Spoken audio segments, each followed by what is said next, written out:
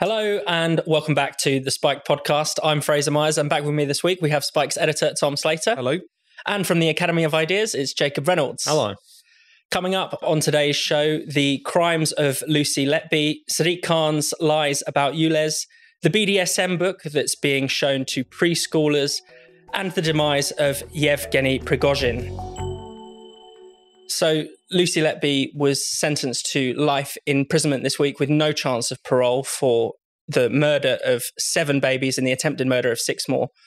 Now, Tom, we will never understand what's going on in this woman's head. We'll never be able to understand what motivated her to do this evil deed. But we can try and unpick what happened, why it wasn't stopped earlier by, the people who should have been in charge. Yeah, I think that's exactly right. I mean, at first, I think everyone had such trouble just trying to digest the information of the crimes themselves, so evil, so depraved, so sustained over a long period of time. But as you read more into it, as we've seen the reports and the documentaries, BBC Panorama's come out, which lays it out in quite shocking detail, the thing that almost becomes more difficult to digest is how this was allowed to happen, or at least how was it allowed to happen for this long.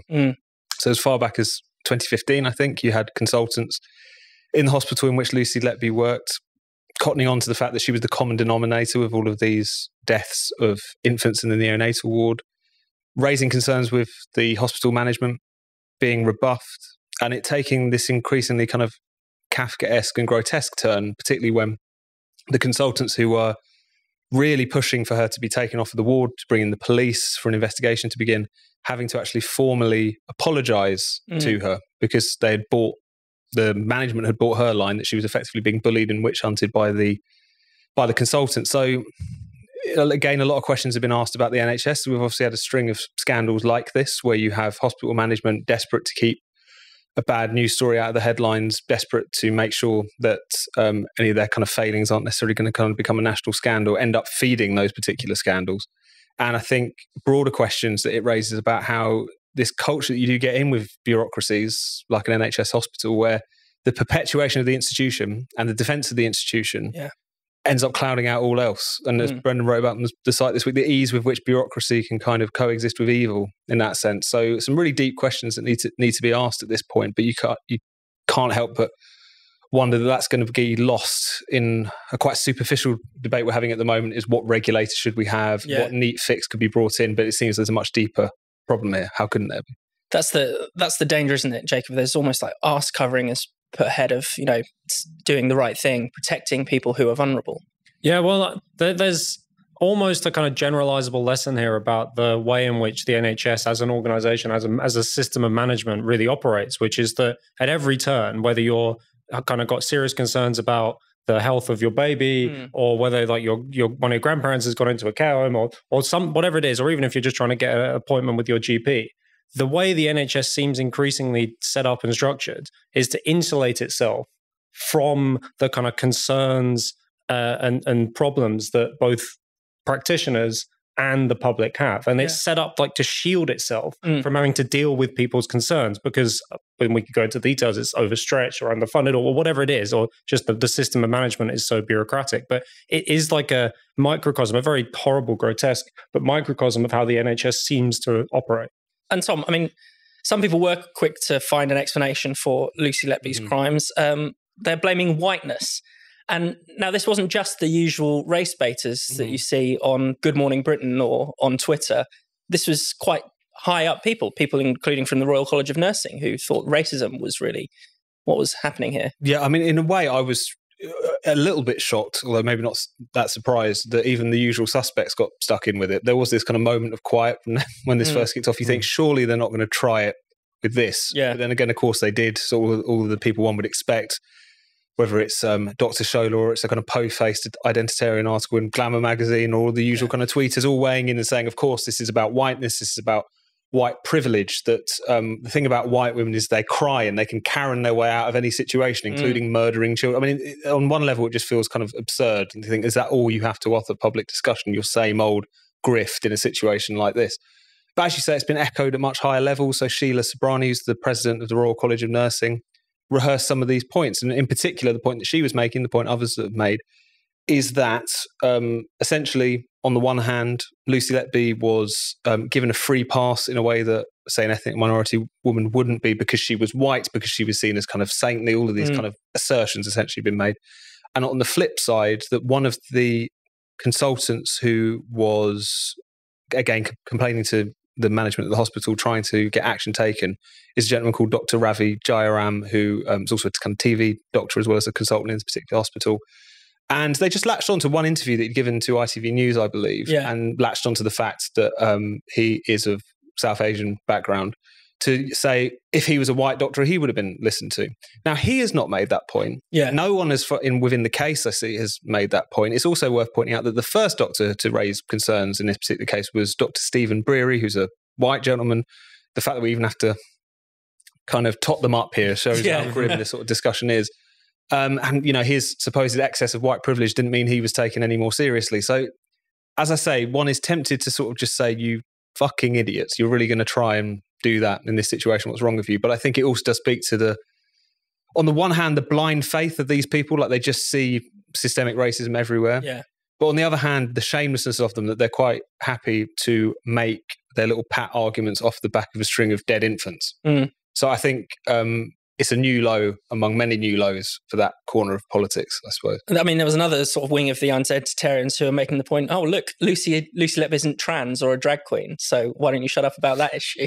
I mean, Jacob, what do you make of that? There seems that there really is nothing that people won't exploit to make a kind of identitarian point. Yeah, as Tom said, is very, very low. I mean, some of the things you saw were almost the logical conclusion when they were kind of saying that, oh, well, if it had been a kind of a black doctor or something, then they'd have been caught quicker. Yeah. Is that we shouldn't be looking for these, is that we should be giving people the benefit of the doubt rather than investigating these things really seriously. As Tom said, it's a real low, but it just speaks to the way in which this, the discourse of identitarianism has infected all of public life.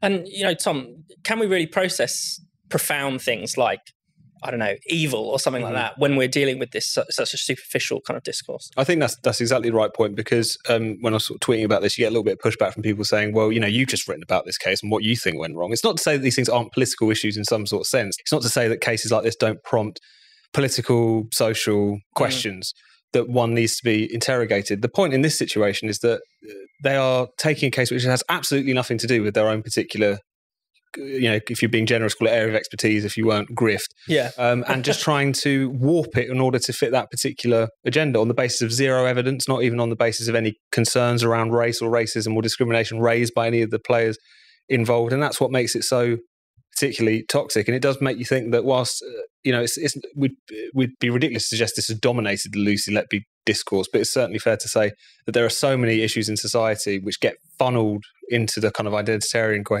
discussion, which only gets us further away from actually having a much more meaningful debate about where we need to go and what has gone wrong. So as you say, on one level, it's a distraction, but also I think it's the fact that unfortunately so many people, that's how they see the world. Yeah. And you've got to kind of clear that away before you can have any serious discussions about a lot of these issues. Have you ever had one of those light bulb moments where you've thought, I could totally sell this? Or maybe you've had a million great business ideas that have been marinating in your brain for years. Either way, let's face it, bringing these great ideas to life is never easy. Luckily, there's a solution, and it sounds like this. That's the sound of another sale on Shopify, the all-in-one commerce platform that'll help you start, run, and grow your business. Right now, Shopify is helping to revolutionize millions of businesses worldwide. Whether you're selling antique finds or homemade wines, Shopify makes everything simple. It takes the confusion out of the selling process, so you can go all in on growing your business. Every minute, people just like you are bringing their projects to life and making their first sales with Shopify. And once your shop is up and running, Shopify takes care of practically all the rest. For instance, getting paid is really easy because Shopify instantly accepts all payment types. The other great thing about Shopify is how much you can customize your online shop. No matter what your style is, you can connect with new customers to drive growth. Shopify even helps you maintain those all-important customer relationships to keep them coming back for more. Whether your goals are big or small, Shopify can help make them happen. It's the best way to get the confidence you need and to take your business to the next level. So, what are you waiting for? Get serious about your passion and start using Shopify today. You can sign up now for a £1 per month trial period at shopify.co.uk/spiked. Go to shopify.co.uk/spiked to take your business to the next level today. That's shopify.co.uk/spiked. So, London Mayor Sadiq Khan is under fire for trying to suppress scientific research. Essentially, City Hall, whenever pieces of research came along that looked as if they were contradicting the need for the ULEZ expansion, some of the mayor's acolytes were trying to discredit scientists or suppress their views or even have studies rewritten. Now, Jacob, I mean, this is quite interesting because obviously Sadiq Khan has said that, the ULEZ is backed by science, and if you're not on his side, then you're a denier of science. Possibly you're also a conspiracy theorist. Possibly you're on the side of diseased lungs and asthma and everything else. He has presented this as a very sort of all or nothing type scheme. And firstly, Fraser, your article on this goes into supreme detail on this, and people should really read it. And I think it's shocking the degree to which the mayor and the mayor's office have leaned on supposedly neutral scientific organizations. I mean, which tells you a lot about how science supposedly operates today, that actually is very little disinterested research, and there's a huge influence of funding organizations and politically commissioned research and all of these things which we know are designed from the outset to generate a particular conclusion. Yeah, because it starts with the Imperial College's environmental research group, and essentially they've been given £800,000 from the mayor's office over the past few years. They were given about 45 grand to do this particular study, and it says all the things that the mayor wants to hear. That the air pollution is killing thousands of people. ULEZ is going to radically increase people's life expectancy. Oh, and also the worst place for air pollution happens to be outer London, just where it's going to expand into. But then another group of scientists at Imperial produced some findings, and they say that actually the inner London ULEZ that had been around since around 2019 hasn't reduced nitrogen levels by very much, it reduced them by about 3%. And it's had a negligible effect on other pollution. So obviously the conclusion there is ULEZ is not going to save thousands of lives like the mayor claims. So instead of sort of accepting that, taking those criticisms on board, you had Shirley Rodriguez, one of the deputy mayor for the environment, writing to scientists in, her preferred scientists, trying to essentially discredit those other people at Imperial, writing to Professor Frank Kelly saying, we need a rebuttal. I'm disappointed by these findings. How dare you? How dare they say something else? And it's had a real chilling effect on those particular researchers who came up with those findings. And prior to this as well, there was even, this goes back years and years. Back in 2018, some researchers at Queen Mary produced a study for The Lancet just before it was about to be published. Shirley Rodriguez, again, from the mayor's office, writes and says, I don't like this conclusion. Mm-hmm. Can you change it to say that these kind of air traffic schemes are more effective? These scientists found that there was no effect on children's health. So yeah, we just see when the science doesn't fit the politics, the science has to change. It's really disturbing. And it makes intuitive sense where the ULEZ question is concerned as well, that they would have to kind of confect this evidence because of the fact that that's always one thing that I think will strike most people on a common sense level as not making much sense. Like London is not like pea soup sort of air quality of old. It's quite clear that this is a much reduced problem given the fact that there's been certain developments and so on which have meant that is not as much of an issue. The sort of apocalyptic images that Sadiq Khan will kind of dredge up about, children never being able to see adulthood because of the consequence of poor air quality and asthma and dying and so on. It's always been nonsense. And actually, it was even when this debate first kicked off, if you really read into it, and as you put in your piece, you're talking about potentially, if everything goes brilliantly to plan and it really cleans up the air to the extent that it's like in the countryside, someone might get a few extra days or weeks out of their life in 100 years' time. It's ridiculous. It's not even like no one alive today will see the benefits of this. And it just underlines the fact that ULEZ is at best a virtue signal and at worst a money-making machine.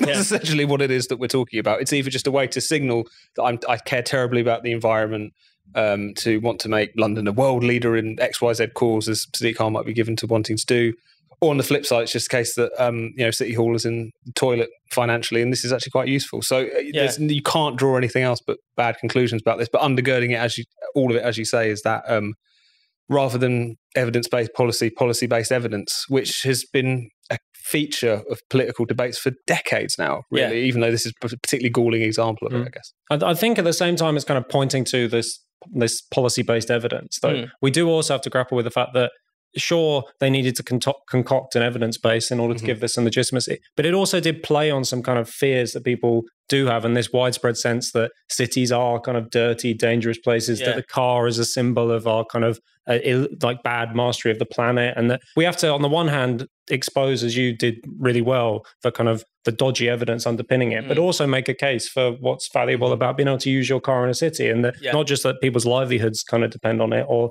that it helps old people get around the rest of it, but that it's part and parcel of living in a city. And people know from all of those suburbs where they closed down the high street and pedestrianised it, and everybody knows that led to kind of dead life in the middle of their suburbs. The same thing is on the cards for cities, and we have to kind of make a case for that freedom to use the city as we see fit. Definitely. I suppose it's the way that this sort of the science, whether it's right or wrong, is used as a sort of cudgel to dismiss more political, arguments, more political arguments about, what we want our cities to look like, what kind of freedoms we think people deserve, or, if we're against poor people being hammered by this ridiculous tax.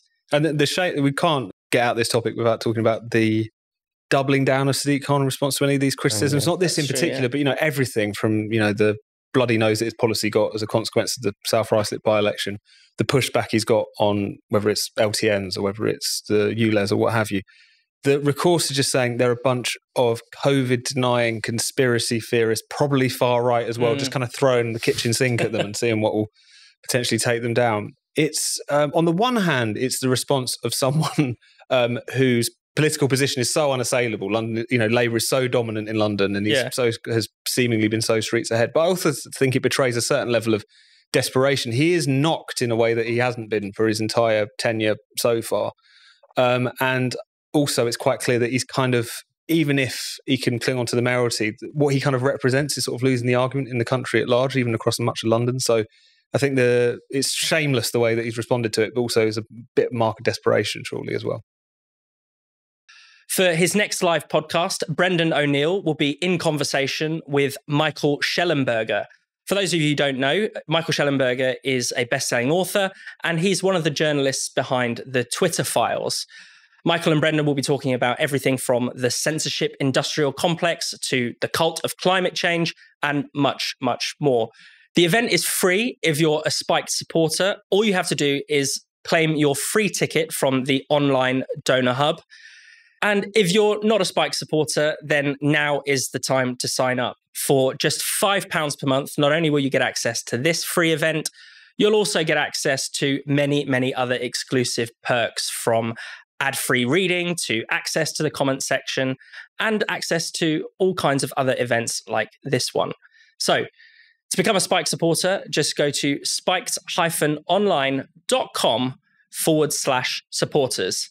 That's spiked-online.com/supporters.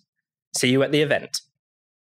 So a book called Grandad's Pride has been shown to preschoolers in the UK. It features essentially two elderly gay gentlemen wearing leather fetish gear, embracing each other, and scenes of trans men, if you like, with their double mastectomy scars.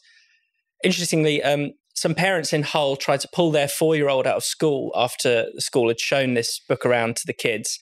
And the school's reaction was to call them bigots, essentially. Now the school has agreed that it's probably not appropriate for 4-year-olds. Tom, what have you made of this story? Well, you do feel like it's hard to believe that these stories when they come across, and yet every time and time again, this is what we're seeing. There does seem to be this very kind of effortless capture of everything from a reading list to the library at a preschool by this ideology, and also just the lack of appreciation of how this stuff isn't really appropriate. I mean, it's just, you do wonder how you could get into a position where you're a teacher or someone who runs one of these schools and thinks that's just absolutely fine because we want to be progressive, don't we? We want to be pro-LGBT. There's just such a thing as age appropriate. Yeah. Is that such a radical, bizarre position that one has to take in this particular situation? If that makes you some kind of crazy conservative, then sign me up. But it's just obvious that previously there's always been, when you're talking about kind of school curriculums and school libraries and so on, there's always a bit of kind of back and forth about what is and isn't appropriate. Sometimes that can be taken down a very kind of a liberal route. Sometimes, the conservative Christians of old campaigning to get anything that might feature a homosexual character taken out of a high school library and so on. But, the baseline that everyone would agree on, there's certain things that it's not acceptable to show to young children, sexually explicit material, anything which could deeply upset them. You don't want to be at the same, when you're dealing with kids who are 5, 6, 7 years old, you're not going to read them the Marquis de Sade or something like that. Was surely understood. And yet with the whole gender ideology thing, that's gone completely out of the window, it seems. Jacob, what have you made of it? I mean, there's just sort of a basic failure of common sense or understanding what's appropriate for children. Yeah, well, I think one of the most depressing things about the whole incident, and like every other incident of its kind, is that no matter whether you think, on the one hand, that maybe kind of it's creepy, bordering on kind of paedophilic, this obsession people have about educating very, very, very, very young children about the intricacies of different kinds of sex. Or if you just think that, at schools, wouldn't it be useful if the kids, even at kind of younger ages, but if they were learning kind of actual stuff that resembles education. Yeah. Whatever your kind of problem is with it, if you bring up the fact that maybe this might not be appropriate, suddenly it's like stoking a culture war. Yeah. And of course, it's the opposite. It's people reacting to a culture war that's being waged on them, this attempt to colonize their lives and their children's lives by hammering home kind of all of the obsessions of certain adults. And that's what people are reacting to. It's not people kind of who kick back against this waging a culture war. It's people objecting to having a culture war waged on them. Yeah, and that does seem to be a form of indoctrination rather than education. And it's all, because it's always one way, isn't it? It's always usually promoting gender ideology, for instance. It's not just this book. You're going to have a visit from a drag queen in your school every term or whatever it might be. I think the point you made, Jacob, about how, who started this culture war, really, I think it also speaks to the fact that when people on the other side of this argument try to push back, they'll often try to characterize the people who are concerned about these books showing up in preschools as, again, a kind of rehash of a sort of blue rinse conservative 30, 40 years ago. Getting Section 28 all over again. Section 28, or if you look to America, the kind of, are you there, God, it's me, Margaret sort of situation or something like that. I think that gets things entirely the wrong way around. In those situations, you had, say, quite religious, intolerant people trying to impose their view of the world onto a school curriculum or a school library. In this instance, we have very intolerant pseudo-religious people trying to impose their view on school from within the school itself. That's essentially what we're talking about. And the responses, particularly in the UK, but in the US as well, have come from people from across the political spectrum, the parents who have just said, this is too much. This is obviously inappropriate. It's entirely a kind of common sense check. But again, it's just another reminder of who's the one who is starting these culture wars. It's quite clearly one side, not the other. So Yevgeny Prigozhin has been presumed dead after a plane crash earlier this week in Russia. Several months ago, he very famously led a mutiny with his Wagner group against the Russian army. And perhaps it's fair to say he's been a dead man walking ever since.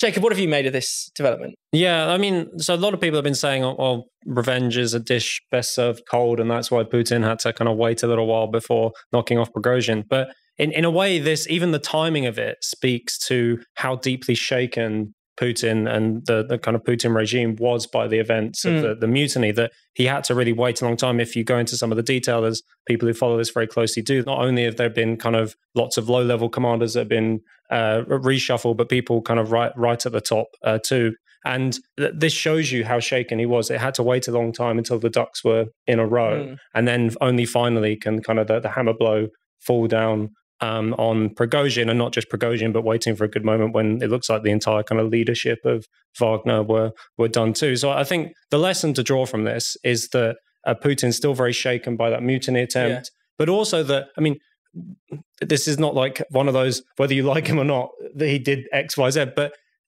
Prigozhin was an effective figure in Putin's administration, and it shows the degree to which this classic kind of difficulty that authoritarian regimes have of being able to nurture talent, because as soon as someone good comes along, they're immediately a threat to the leader. This is kind of happening right across the board in Russia. And it does present these kind of age-old difficulties that happen in especially Russian kind of autocracies, that where does any kind of decent leadership outside of Putin happen in the Russian regime? And I don't think there's a good answer to that. And Tom, I mean, the coup attempt, the mutiny, whatever you want to call it, that was a real humiliation for Putin, probably the most significant challenge to his rule since he's been in power. Yeah, completely. And I completely agree with Jacob that it betrays even this after the fact seeming assassination. We still don't know the full details, but, we're all waiting for something like this to happen, shall we say, whether it came in the form of a plane crash or an open window or a cup of tea. Again, betrays a sense of weakness, because in an authoritarian system in which the leader is more or less unassailable, first of all, you don't have people mounting such bombastic coup attempts in the first place, and doing so knowing that they had at least some support from the higher ups within the Russian army, which is why, again, as Jacob was referencing there, Sergei Surovikin has basically been kind of unpersoned at this point, seen as sacked and seen as a person who was most sympathetic to Prigozhin. You also don't have a situation in which you have someone be able to kind of mount this kind of coup attempt. And similarly, even if someone does, they'd be dealt with quite quickly. They'd be locked up for the rest of their lives. Probably worse would happen to them. You wouldn't have to create this weird kind of brokered faux peace in which he goes off to Belarus for a few weeks. Pretty soon after is seen glad handing with various kind of Central African dictators, pretending that he's carrying on as normal. If Putin's position was so firm, he would have dealt with him much more effectively and much more quickly. All that being said, there's also a sort of tendency for people, and we saw it very much when the coup attempt first kicked off, to get very ahead of themselves, to feel like, this is instantly about to crumble. Obviously, that's not the case. And as Jacob was saying, what is the alternative? This is not a coup attempt mounted on the backs of liberal reformers, of course. Yeah. All that being said, it does expose that fundamental fragility which exists in a system which is authoritarian, which is so reliant on these warlords, effectively, in large part, not just Prigozhin, but others as well, that, again, it can't even necessarily cohere and stamp its own authority. So I think that's one thing. There's definitely a sign that things are beginning to become undone, but it's only really beginning, it feels like. Yeah, Jacob, I just wanted to ask you about that. I mean, the prospects of sort of, Russia unraveling, or, the state of the Russian state, really. Yeah, well, I think the key thing to bear in mind in one way is that the fact that all of these examples that we see, whether it's, Ukraine hitting a air defense system, a very advanced one right inside Crimea, or whether it's the Prigozhin mutiny, like all of these things point to a fundamental brittleness, a weakness at the heart of the Russian state. That doesn't mean at the same time that things are about to fall apart. Yeah. And the fact is that in response to these developments, what is happening and is the increasing transformation of Russian society from one where the military occupied a kind of very much a second order position in Russian society to one that is an increasingly militarized society. There is a big open question about how much Russian society can sustain that kind of transformation, because it involves people becoming involved in the mechanics and the everyday realities of war in a way that lots of people in Russia certainly don't want to. But it is a mistake just to think that just because we expose weaknesses are exposed, that things are about to kind of collapse. That said, it does point to the fact that it is a brittle system. Yeah, brittle, like the word brittle is the key one. That is kind of is tough until it snaps, and that's the kind of danger with Russia, is that kind of sudden unraveling of things. And could you even say that the very reliance on groups like Wagner was itself a sign of weakness, that essentially Putin unable to use his conventional forces? Yeah, for sure. And the difficulty that Putin's had is, on the one hand, there's kind of motivating people to fight in the regular army, but similarly not wanting the army also to get too powerful, become too much of a center of control. And that's why the rise of private military groups such as Wagner, which is one of many now, and even the kind of official Russian military has started sprouting up its own private military groups, but not just the private military groups, but also the Chechen forces and all the rest of it. It speaks to this way in which Putin's attempt to wage a war, which hasn't gone very well, but has attempted to wage a war without fully mobilizing Russian society, because he knows that most people, who knows the exact number, but most people in Russia don't want the war. They're prepared to go along with it to a certain degree, but every time another kind of bar gets raised, that poses serious risks for Putin. Thank you so much for watching the Spikes podcast. We'll be back next Friday. If you hit subscribe and click the bell, you'll never miss an episode. And in the meantime, why not check out all of Spiked's other videos and podcasts on this channel? And for more Spiked content, find us at spiked-online.com.